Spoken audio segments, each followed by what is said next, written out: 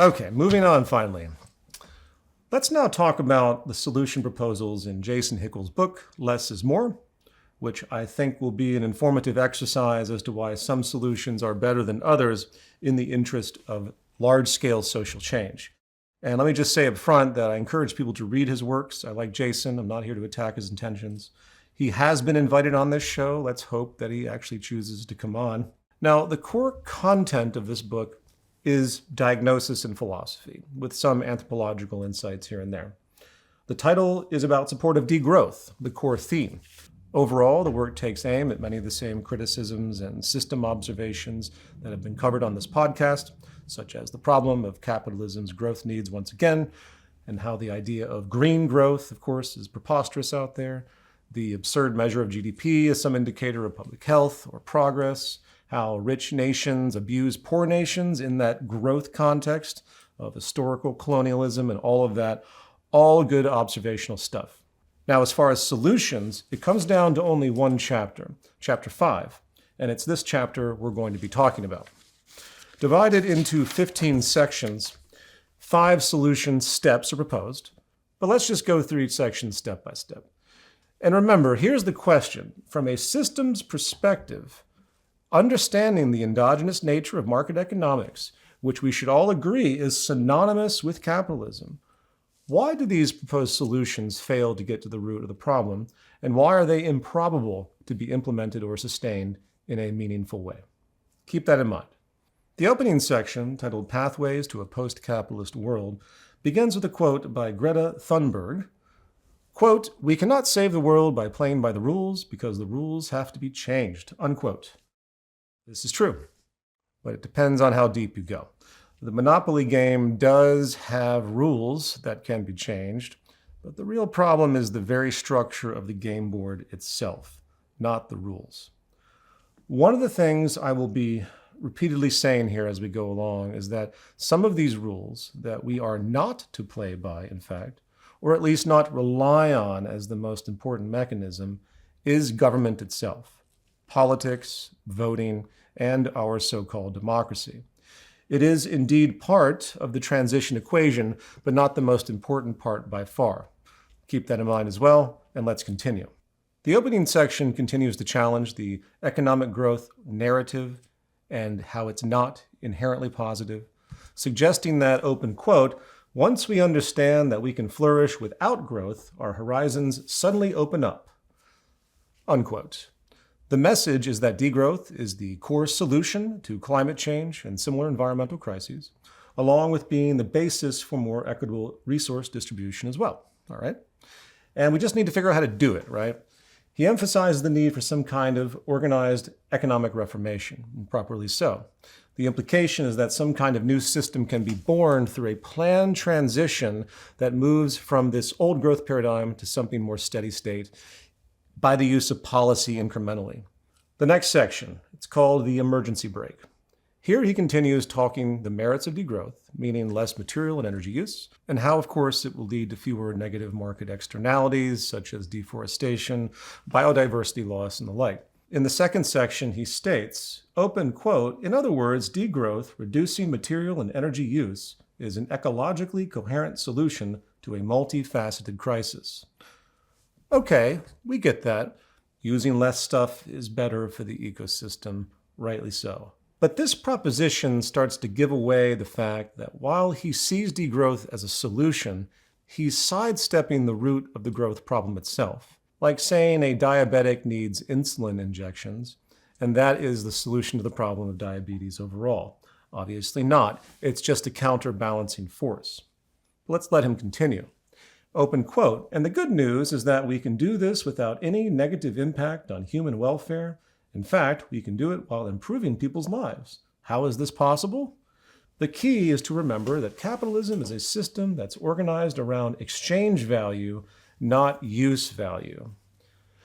And it is this vague phrase that sets up the next 5 sections, which he sees as 5 steps forward. However, before we go into that, let me explain his point on value. Exchange value is price, and use value is utility.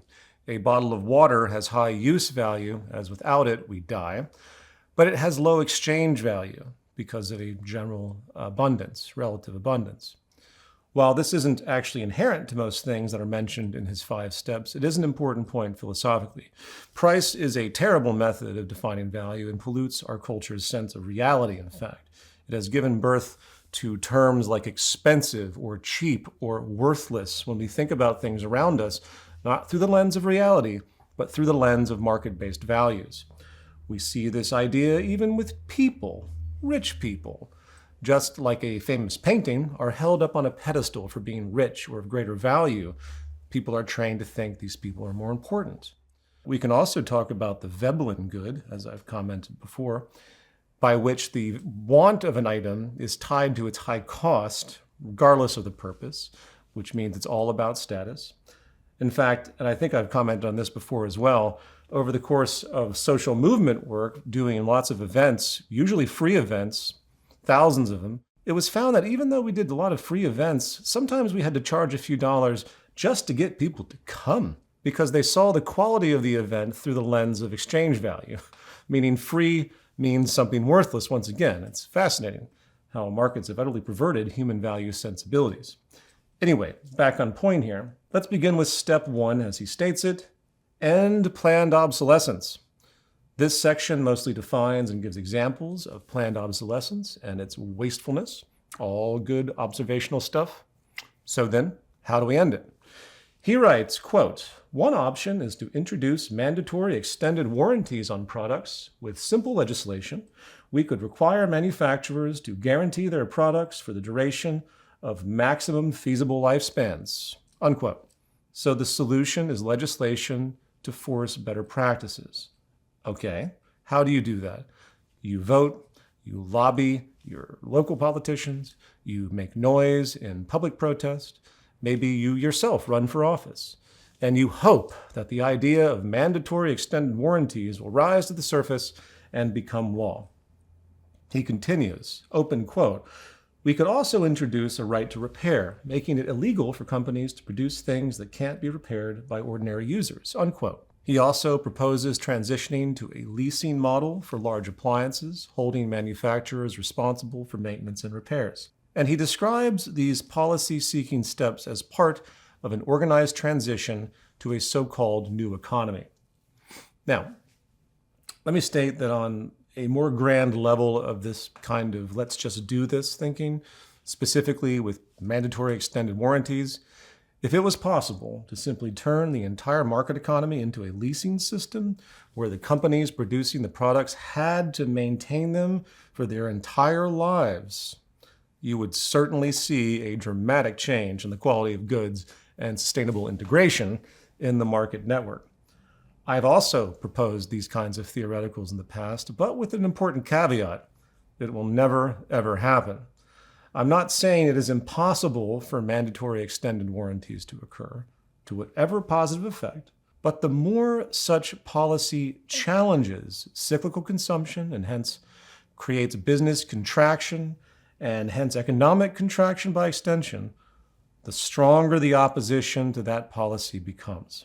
At the same time, if such policy was ever implemented, for it to work at all, many other downstream changes would be required to compensate for the loss of economic turnover, as a general rule, in order for it to even be remotely feasible, and that has to be taken into account. So let's consider the example of a store owner that has 3 employees. They need to gain X amount income a month to remain profitable and stable. If a mandatory extended warranty occurred, it would result in increased costs, lowering profitability, which could lead to the firing of one employee to keep balance, to reduce costs once again. And if that pattern continued across multiple businesses, it would lead, of course, to unemployment in society. So what happens if this unemployment grows troublingly large? Well, you can remove the degrowth laws creating this unemployment, which is exactly what would happen, or it would be attempted, considering the pushback that might keep it in place. Or you're going to need to make more regulatory policy adjustments to compensate for the new problems created, meaning other legislation. The market economy itself cannot self-regulate to correct any of the problems that degrowth is going to foster. So you have to start creating multiple kinds of patches through legislation in the downstream effects. This could come in the form of forcing reduced wage work hours for individuals, spreading hours across more people. So instead of a person working 40 hours a week, 2 people now do the same job at 20 hours a week. But wait, what is the downstream problem now? Now you have the problem of wage income itself. If a person gets $1,000 a week for 40 hours, they now only get $500 at 20 hours. So legislation would then need to come to mandate higher wages because the market isn't going to do that on its own once again. So if a company is mandated to hire 2 people at 20 hours a week, having to double the wages, their wages for the sake of their living standards, how does the business even afford that? That's twice the pay. Well, they raise prices, which means inflation. And now with higher prices, consumers have less purchasing power, which can lead to reduced demand, and reduced demand may lead to further business contraction, forcing some businesses to close or further cut jobs, creating even more unemployment, and on and on. And if it's severe enough, the government might be pressured to intervene even more in the form of subsidies, price controls, universal basic income, and so on. The pattern goes on, and I'm not saying there are no areas of balance where degrowth policy is able to work to a degree without causing too much economic hurt downstream, but the general pattern is clear and observable.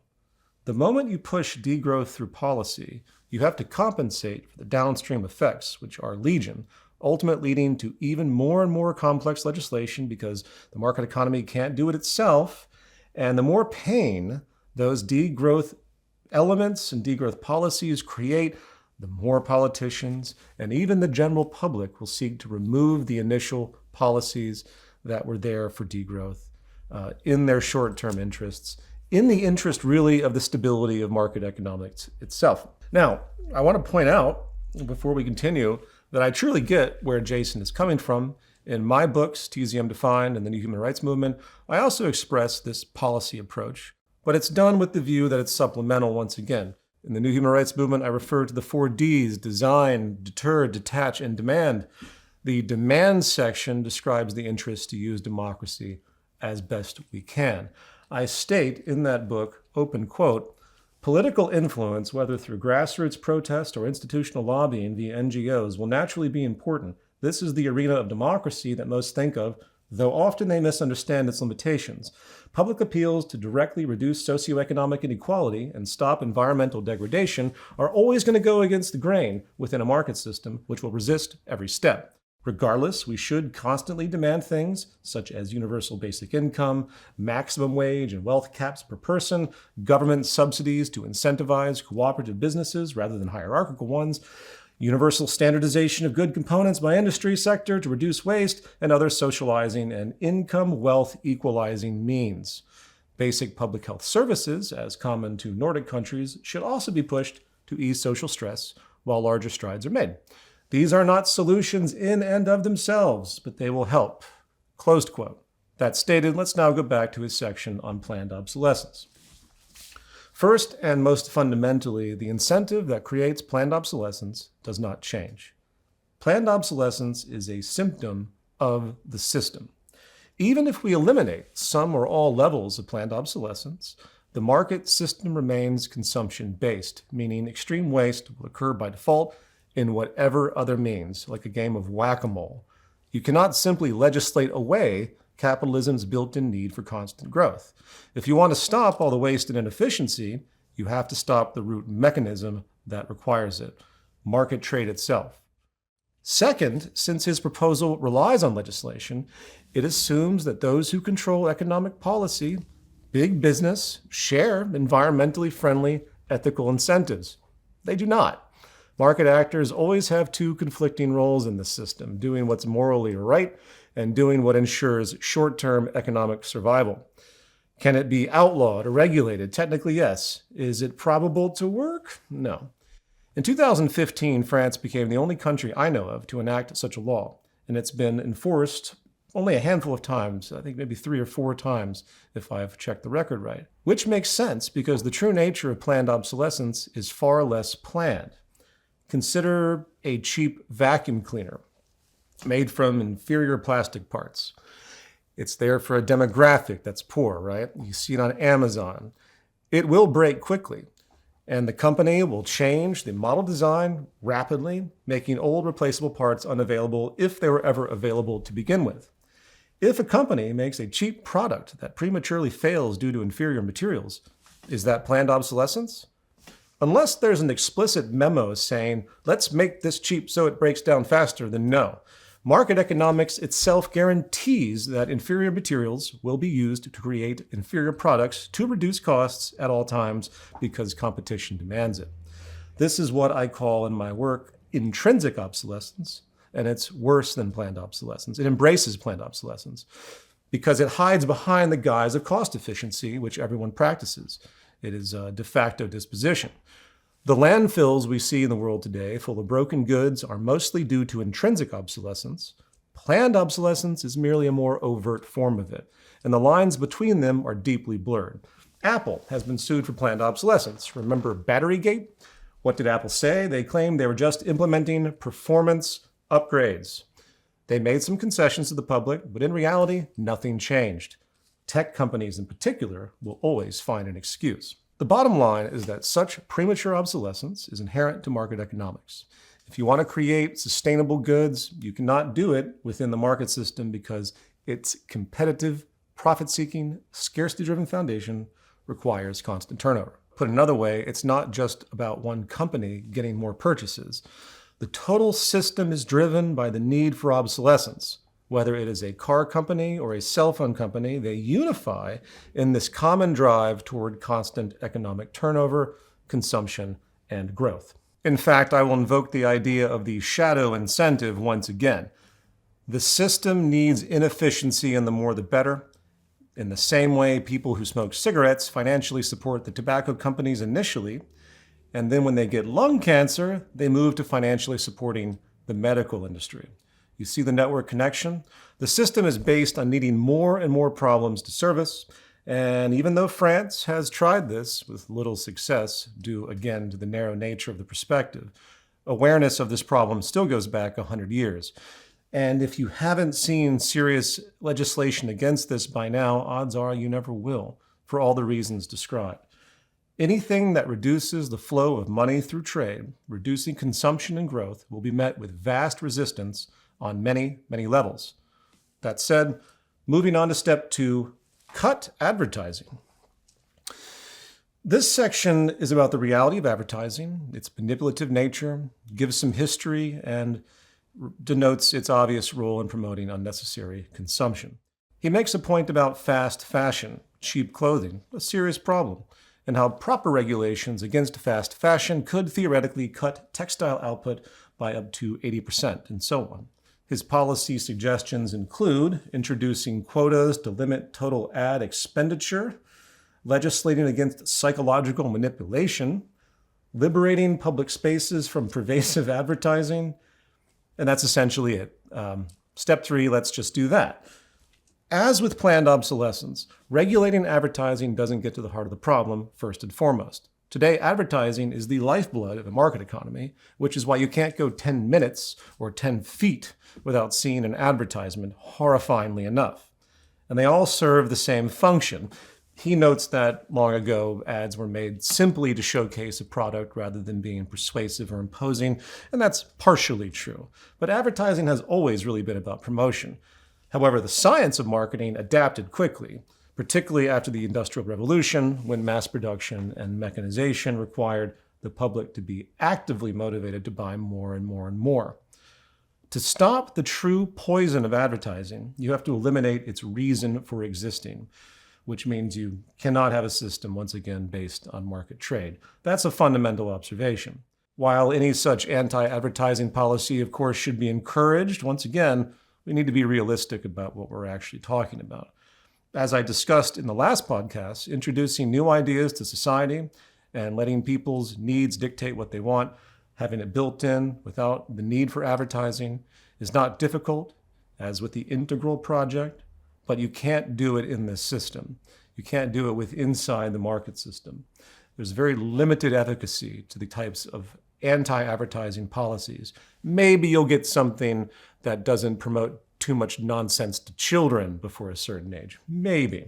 The goal of every market agent is to sell something to somebody else at a rate that keeps the economy running, preventing contraction. This requires a communication mechanism to get the public to want what is being sold. Hence, all businesses must behave this way in the competitive arena, and deeply so, which is why some corporations actually spend more money on advertising than they do on actual product development.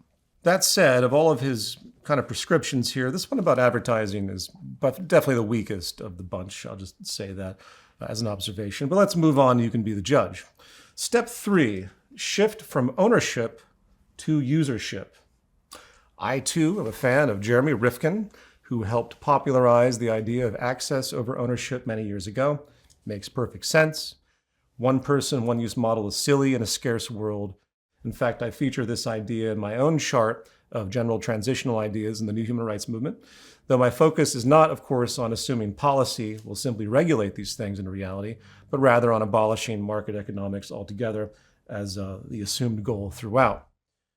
But in this section, Jason lays out the logic for an access-based society over a property-based one. He states we need more public transit support, we need community-driven ride-sharing apps, and other such ways to reduce vehicle use in specific. And if we were to consider all the ways we could share utility in society, we could envision lots of creative approaches to shared access. And all such ideas should be encouraged if you can get them going in your community. But how do these ideas lead to system change exactly?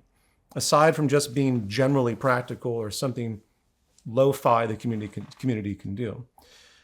As part of the Integral project, the idea is to combine mutual aid and collaborative access and development systems, structured as part of a unified transition away from market economics. Not isolated, scattered incentives people do without connection. The unifying element is just so critical. Structure is important, but as before, I agree with the sentiment of his proposal, the basic rationale, but I disagree with its assumed efficacy. It's just so vague. It's not strategic in any particular way, which we really need. But let's keep going. Step 4, end food waste. This section outlines statistics and the scale of mass food waste, which is huge, and it is concluded once again that we just need to legislate against it. And of course, to simply say we need to end food waste is like saying, well, we need to end poverty, discounting the systemic causes producing the problem in the first place, and of course the inherent hurdles required if you attempted to do anything like that, which are more important than the idea of the resolution, once again, in terms of transition. Remember, the feedback loops linked to required economic growth and, of course, business power over the state provides very low probability of this kind of policy change occurring. In fact, let me put it this way. Imagine someone says, we can end scarcity of rare earth metals by mining an asteroid in space that has an abundance. But the asteroid is 1 billion miles away. See my point? We have to have a path for the assumed pragmatic goal to be real. It's easy to say something can be done, and sure, there are a few instances where legislation against food waste has been attempted in different countries. 2 very weak outcomes, I will add, but it has occurred. We haven't seen much improvement in decades. But the transition to get to that end ignores the feedback processes born from the system, built into the psychology of the winners of the capitalist game, who have more power than the public in almost all cases.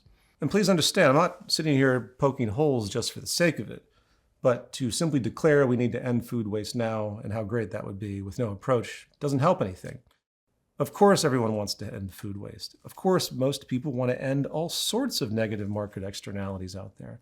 And just to say we're going to legislate and do it kind of assumes no one has thought about legislating and doing it before, because I can assure you they have. Let's move on. Step 5, scale down ecologically destructive industries.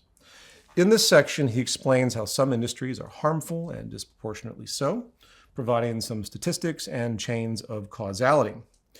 He then suggests more policies, such as ending subsidies for beef farmers in high-income countries, implementing a tax on red meat to curtail emissions, providing public health benefits while lowering medical costs, and other ideas. He also talks about the need to establish a pattern for industrial downsizing, shift supply chains, use democratic means to decide which industries should be prioritized, separate essential industries from superfluous ones, and cap resources and consumption at current levels, and so forth. Great. These are all fantastic goals. But why stop there? We could go down the line with hundreds more equally valid proposals to scale down ecologically destructive industries.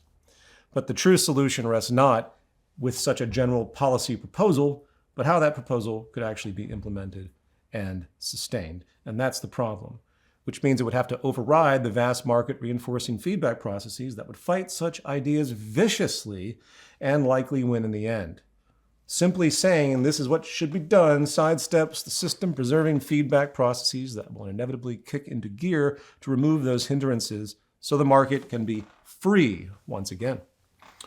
This is the empirical pattern. I'm not just making this up, which is why we have conservative factions today in the US working to undo the most basic regulatory stuff that FDR did almost 100 years ago upon the Great Depression that have remained with us for the sake of social stability, such as retirement issues and labor security and fighting abuse in so many different arenas with respect to labor, unions, of course. People are still trying to erode those ideas because of this very tendency. Now we are on to the next section after his 5 steps, called What About Jobs?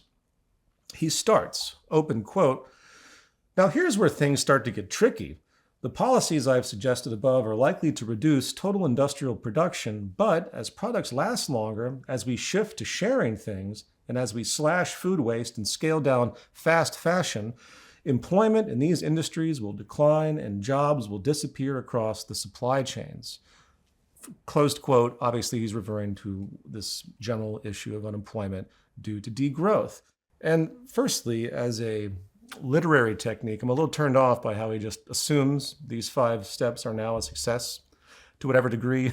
And now we're on to the next problem of consequential unemployment, even though he probably doesn't mean to approach it this linearly, because as I said earlier, it's all going to happen at once. But I have to reiterate that, I'm sorry, those 5 steps are not only vague, they are some of the most difficult policy measures you could ever push forward against the system and forces inherent to market economics. Every policy idea suggested would receive massive counter-lobbying efforts from big business and most of the public over time to destroy the initiative, and they would likely win in the long run. That said, let's return to his point about jobs. He acknowledges the technical problem that within a market economy, efficiency-led degrowth means job loss. So how do we deal with that? More policy once again. Shorten the work week. Deploy retraining programs to help workers transition from declining industries to sectors that are more useful socially. He then suggests implementing a job guarantee so that anyone who wants to work can access jobs in areas like healthcare, renewable energy, local food production, ecosystem regeneration, he says. And of course, he adds, and they'll all be paid a living wage as well. We have to legislate that in as well, which is fine because, why stop there? If we're just presenting ideas we assume can work in theory through legislation, let's just go hog wild, right? Now, there is other good observations here, about mentioning classical economist John Maynard Keynes predicting a 15-hour work week long ago because of increased efficiency, something you'll notice we are nowhere near achieving today, despite the abstracted proposals of people like Bernie Sanders in the United States and others that have proposed shorter work weeks. So this conversation has been around for a very long time. But the reason it's been around for a long time tells you something. It tells you what forces have stopped any such progress. Next, we have a theory of radical abundance. This section discusses scarcity in the capitalist system and the market economy in general, of course, emphasizing how scarcity is consistently manufactured, which is a good point, and it's important people understand it. The author also states, open quote, "Once we grasp how this works, solutions rush into view. If scarcity is created for the sake of growth, then by reversing artificial scarcities, we can render growth unnecessary." Think about that sentence. No. And this summarizes my position once again. You cannot reverse the manifestations of artificial scarcity in any form without changing the system at its root that demands it. To apply policy in this regard is to attempt to legislate against Goliath, as implied before. The river is more powerful than your boat, no matter how well the boat is constructed. You can't change the course of the current, though you may be able to ride against it for a little while. And once again, I get the idea here, the assumption that we can counteract the forces of growth internally through policy, and then you use that as a leverage point for larger system change. But the logic here is very messy and omits a great deal, because you can't reverse artificial scarcities, rendering growth unnecessary, in a system that requires growth endogenously. The causality is not coming from the existence of artificial scarcity itself, it's coming from the system that requires and creates that artificial scarcity. Again, this is a system that demands constant consumption, and it produces artificial scarcity through numerous reinforcing mechanisms, such as intrinsic obsolescence. Scarcity exploitation is hence the basis of the entire market model, not a side effect.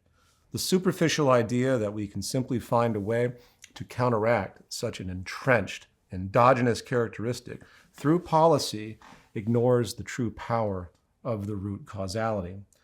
Put another way, the growth imperative of market economics does not exist simply because we haven't created enough counter policy to slow it down or stop it. The growth imperative exists because it is built into the fundamental structure of monetary market trade, and it will bulldoze anything that gets in its way, which is why you have to go outside of the system to force true change once again. Moving on, next is the law of Jubilee.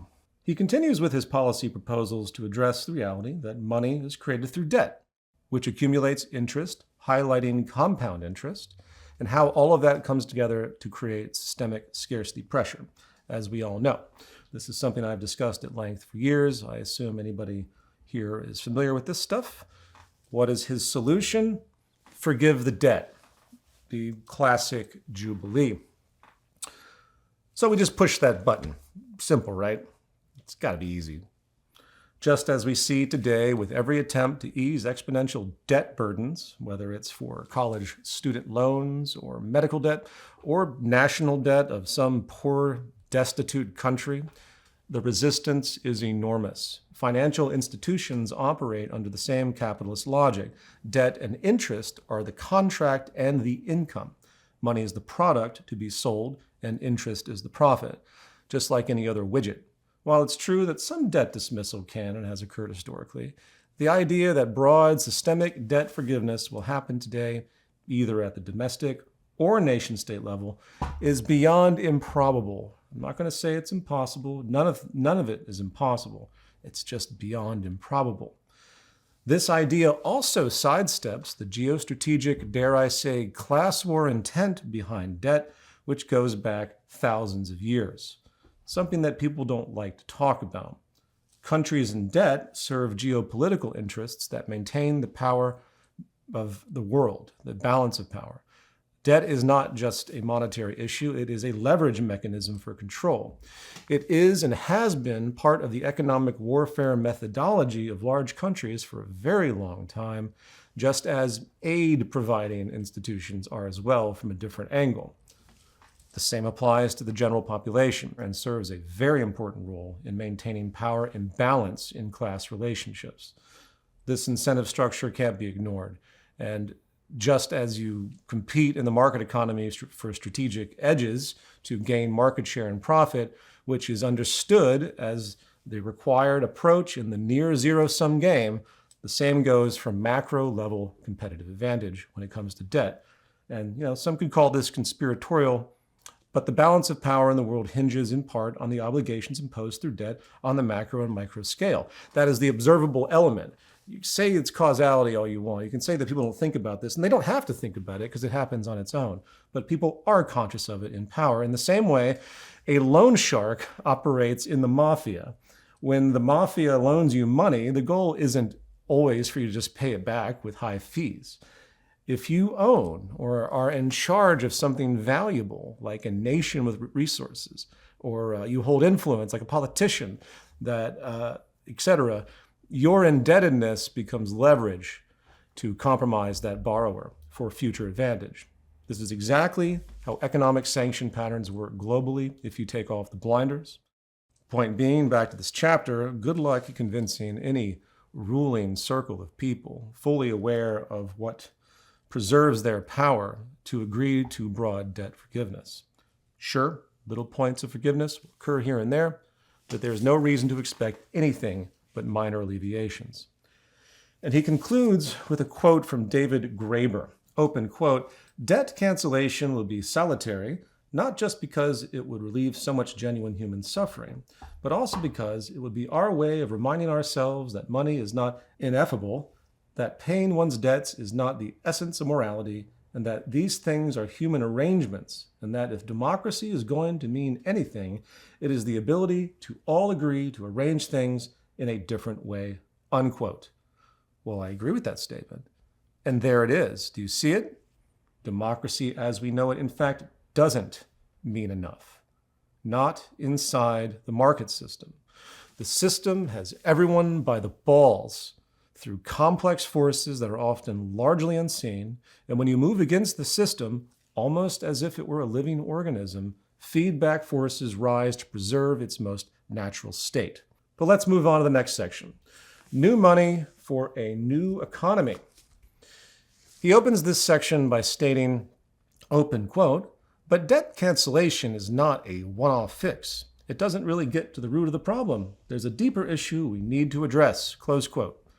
Okay, so once again, we've just magically enacted this grand debt cancellation to whatever degree, and now it's time to move on to the deeper issue that we have that under our belts.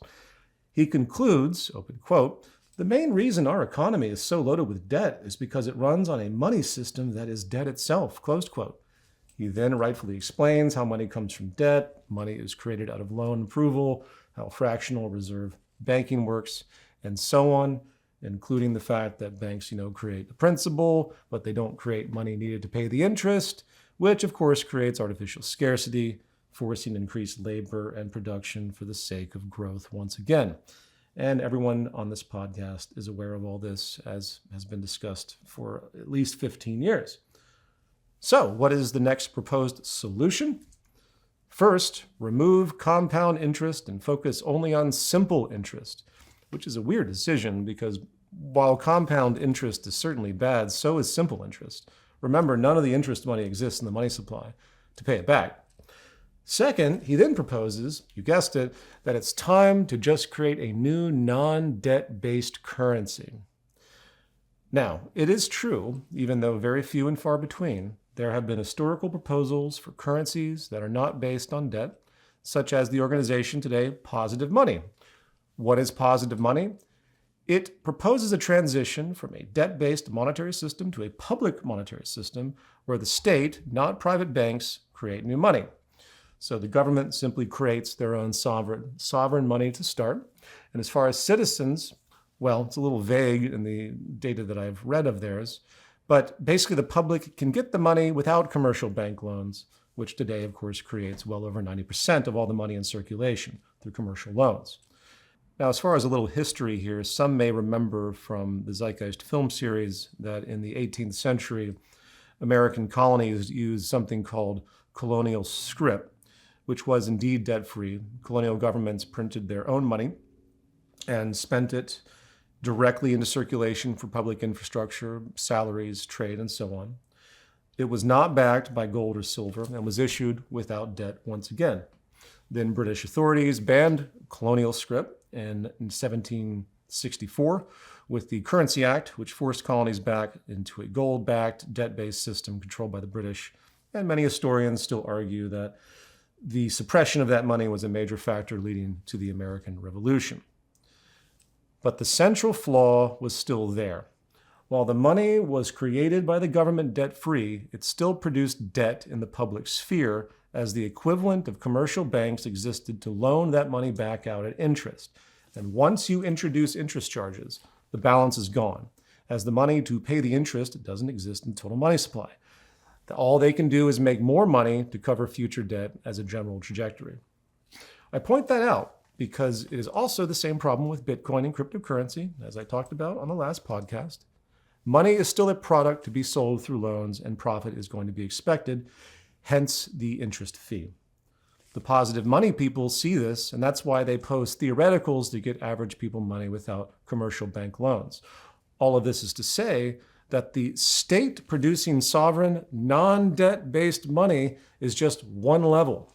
You have to remove the entire infrastructure of selling loans to people with the profit interest as well. If the true goal is to remove the burden of debt in society, you have to alter the entire financial structure, not just the nature of money itself. And I think Jason knows this, but this section really leaves out all required detail to have any meaning. I mean, sure, we can just nationalize the entire network of private banks, force them to make non-interest loans and abolish the Federal Reserve or any central bank, bringing sovereign money back to the states or to the country at large.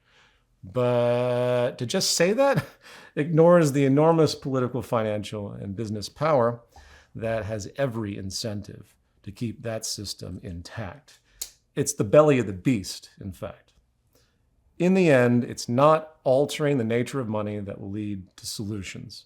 It's removing money itself and the needed medium of exchange in the market network, and hence the removal of the market economy itself.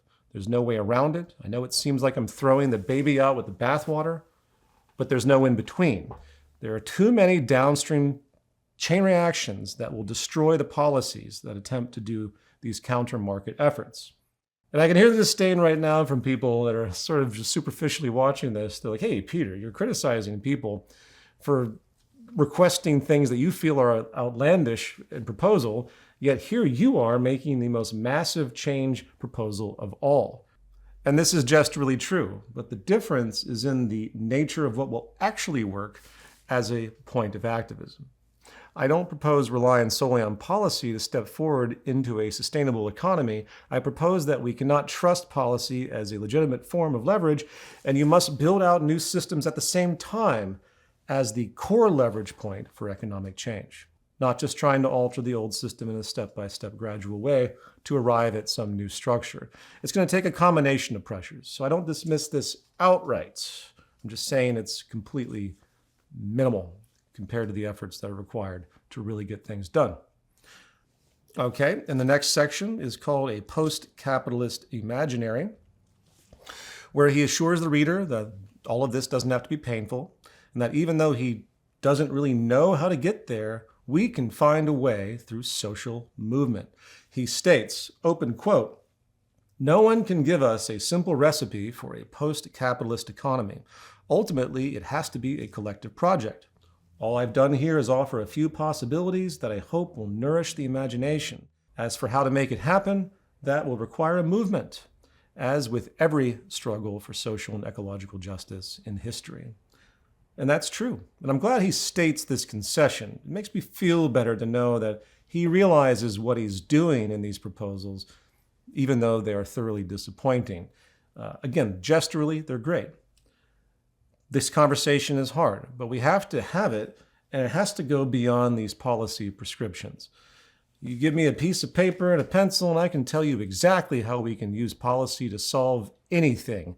I could write out a plan to solve global poverty tomorrow. Doesn't mean it's going to happen. It's not enough to simply abstract solutions on paper. And if you're like me, the more you see this kind of thing, the more irritating it becomes, because it's the ultimate end of all of these books, including like myself, because I've been vague at times too. It's the end of this, all of this diagnosis you see like, oh, they're so on point. Say Kate Rayworth in Donut Economics. She does precisely the same thing. Millions of people look at these social change books, and they're being perpetually reinforced with the idea that it's all up to the basic roots of democracy to get it done through the channels that we've established.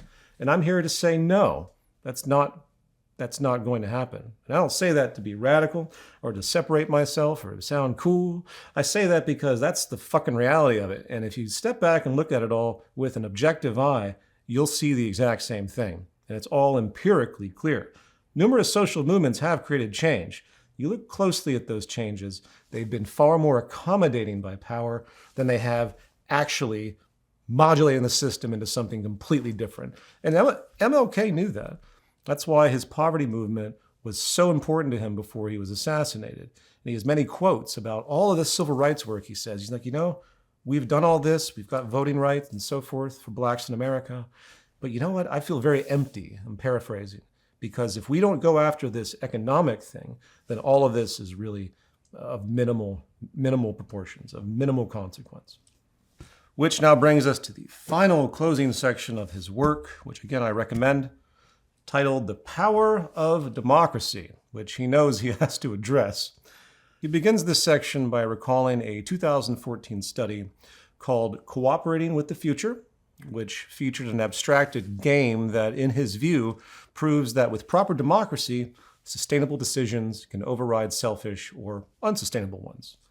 The study introduces this intergenerational goods game, which is an experimental game modeled outside of market dynamics, examining how individuals make decisions affecting future generations with respect to resource abstraction and so on.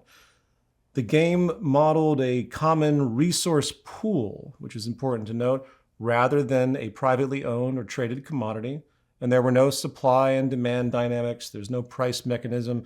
There's no competition amongst players for the resources in that kind of network investment. There's no profit maximization. It's far more minimal and experimental, and it was a kind of governance or policy setting simulation than anything else. And while it's pleasant to see that the study concluded that we can have more sustainable outcomes in the right democratic climate as opposed to individuals making selfish decisions alone, you have to cringe at what it omits. Market dynamics are the problem. Remember, society is producing outcomes that no one actually intends on the whole. And what we call democracy is subservient to market forces, provably so, as a matter of structure. And Jason goes on, and he points out this fact, but still not really understanding the immutable nature of it. He states, open quote, elites have managed to capture our democratic systems. We can see this particularly clearly in the United States, where corporations have the right to spend unlimited amounts of money on political advertising, and where there are few restrictions on donations to political parties. Closed quote. He continues, open quote, one of the reasons we're staring down the barrel of an ecological crisis right now is because our political systems have been completely corrupted, closed quote. And finally, he concludes, open quote, the journey to a post-capitalist economy begins with the most basic act of democracy, closed quote. Fair enough, but what people see as corruption of the system is actually just the system expressing its most endogenous nature. Capitalism is not just a market economy, it is a system of power. And what we call political corruption is simply a cultural perspective, a lens that's moral, not the truth of what the system is and does. For example, the Supreme Court ruling Citizens United was not the beginning of corruption via monetary and business power. I'm not saying he's saying that, but this is something that's cited often. It was an extension of it, resolving towards a system where everything is for sale, including democracy once again. Democracy and market economics have no compatibility on any fundamental level by any stretch of the imagination. They are diametrically opposed. One is about egalitarian decision-making. The other is about hierarchical power and control from the top down with subservience from the bottom up. It is a mass delusion driven by culturally codified limits of debate. There is no country on earth that organizes its social laws and overall politics through true democracy. It doesn't exist. We just call it these things. Money and business are the root forces fundamentally, regardless of how people wish to look the other way and pretend it's an anomaly, it's corruption. No, it's only corruption in our value system. It's not corruption on the system level of expression. It is business as usual. Hence, it is only through building something new will any prospective change occur, even though, once again, we should still attempt democratic forces regardless, but only as a supplemental measure once again, used to buttress the true means of change, which will have to come from evolving a new model from the ground up in parallel. That has to happen. The model has to be shown, it has to be exemplified, and we have to account for the complexity of transition.